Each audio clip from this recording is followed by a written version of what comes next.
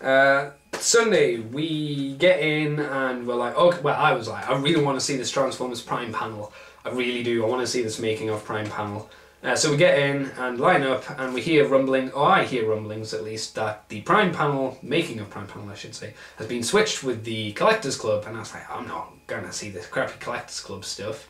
I've got the magazine. And I use magazine extremely loosely. It's less pages than your average comic book. It's like maybe 15. I don't know exactly, I haven't counted, but it's totally that's not a great magazine or a great thing to go for, if you ask me personally. But like I say, I wasn't interested in going to see that panel. I confirm this and I go, well, I'll go to the deal room and ask about a bit. And basically I went to hang with the people from the Transformers Prime making of area. I'll show the footage of me taking some stuff, because it was a nice booth. They had some nice stuff shown there, and the people there, fantastically friendly, really good. I stalked those people for quite a bit because I was having a lot of fun talking to them, asking them questions about the convention, and actually got them to, they were handing out posters and I was like, can you sign this for me please? And I got as many of the people there as I could to sign it. All of those guys working on Prime are cool and they are dedicated to what they're doing. They are having a great time with it, you can tell. I I basically started asking them like, so are you getting these toys for free? And I was like, I don't know. So I asked the highest man, and the man said, I can't, I'm sorry, I'm really bad with names, I know, and some of your signatures are hard to read, but the main guy there, who's the highest, basically when I was looking at toys, at the toys in the toy section and asking about it to one of the guys, he said, yeah, we'll get them for free. And so I basically went around the Prime area and said, oh, well, you know, your boss is saying you'll get them for free, so, you know, hold him to it. I'm just saying, if I knew I was going to get free Transformers from a show I really like and I worked on, I'd be like, hey boss, when are we getting those toys? We're getting them next month. Are you sure? Yes, next month. When are we getting those goddamn toys, boss? I would be pressing this subject. But then again, I'm a nerd and like Transformers, that's why I beat our Botcon.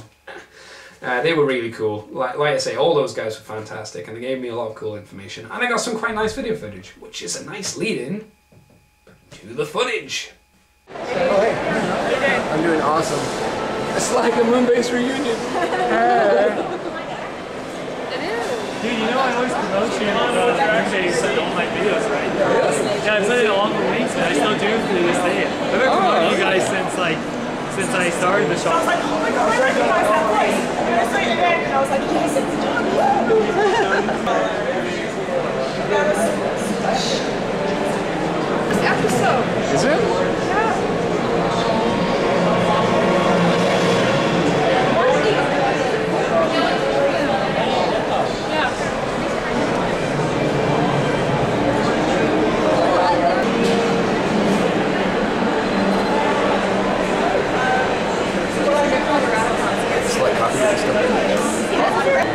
Yeah. I kind of wish Jeffrey Coombs was here though. Yeah, I understand, but you know. I love Jeffrey Coombs. But even if you're not a Transformers fan, Kevin's gonna do everything. Everything. Oh yeah. I got a Botcon set, but I'm gonna send it. Oh, really? Yeah, I need the cash to get back home. Oh, really? Yeah. Oh, you mean you're not going to sell it, you're going to send it.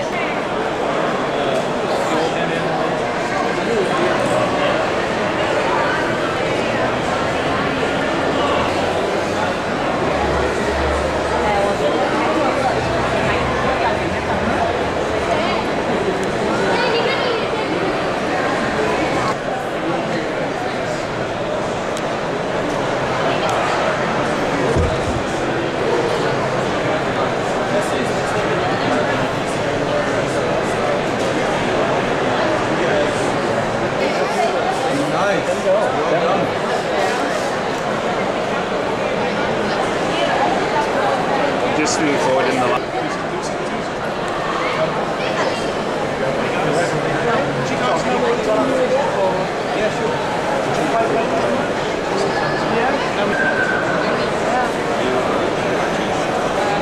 Huh? Do the child prime dance.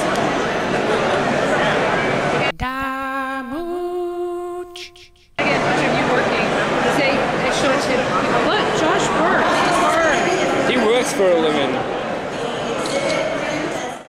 Okay, so that was the footage of the area, and I've got a little bit of footage of just showing who was at the Prime making of panel. I'm also checking to make sure I'm getting the rest of the stuff I need said. Yes, so the Prime panel making of went off.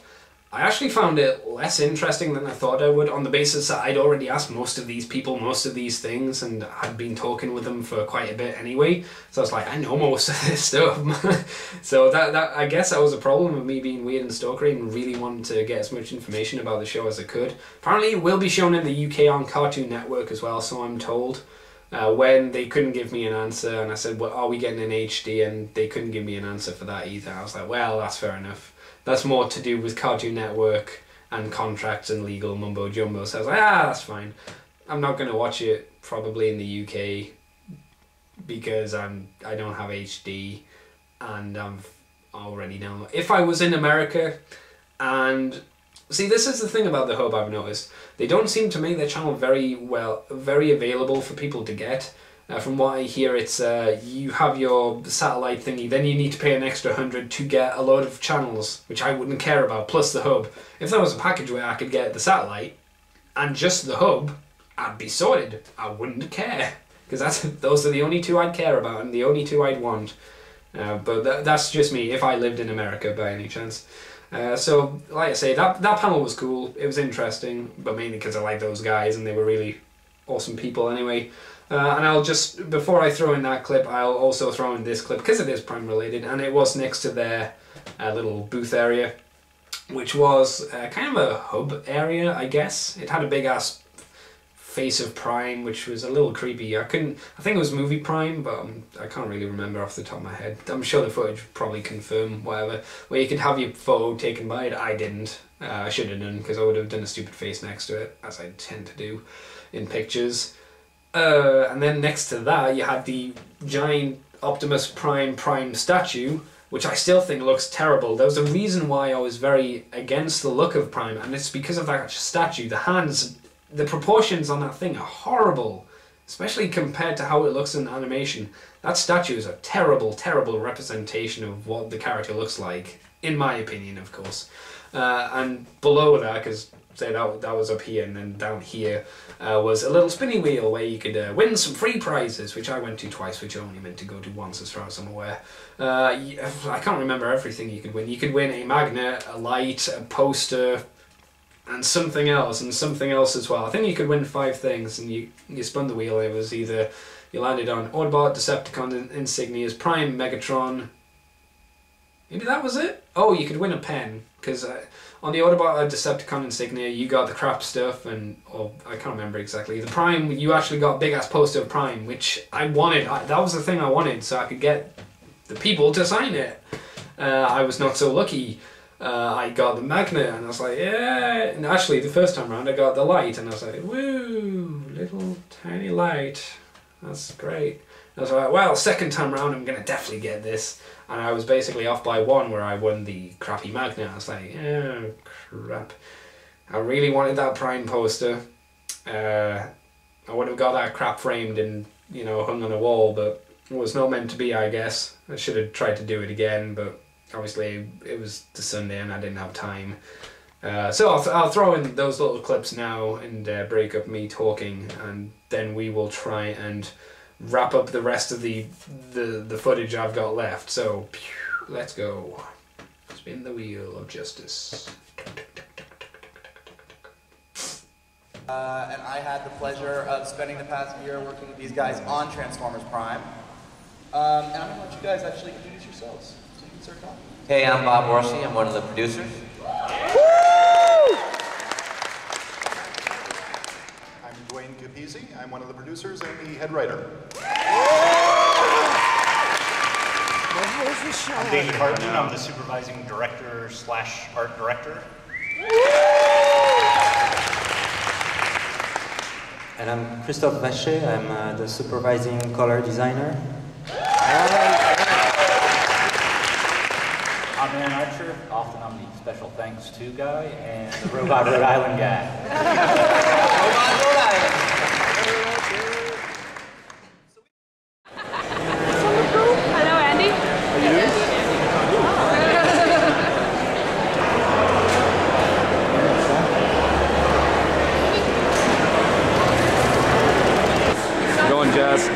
spin that piece.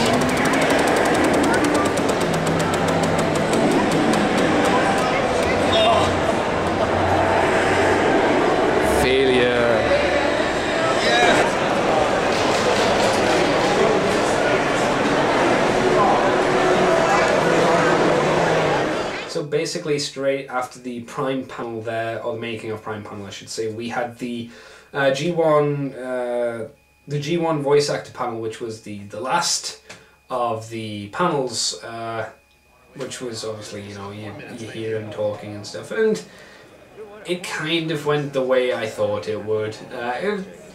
They are interesting people to listen to, but the problem with all of these kind of panels is once the audience can start asking questions. I didn't actually mention this in Prime, but I should probably mention it now. In the Prime panel, the actual script reading one, obviously you could ask questions at the end.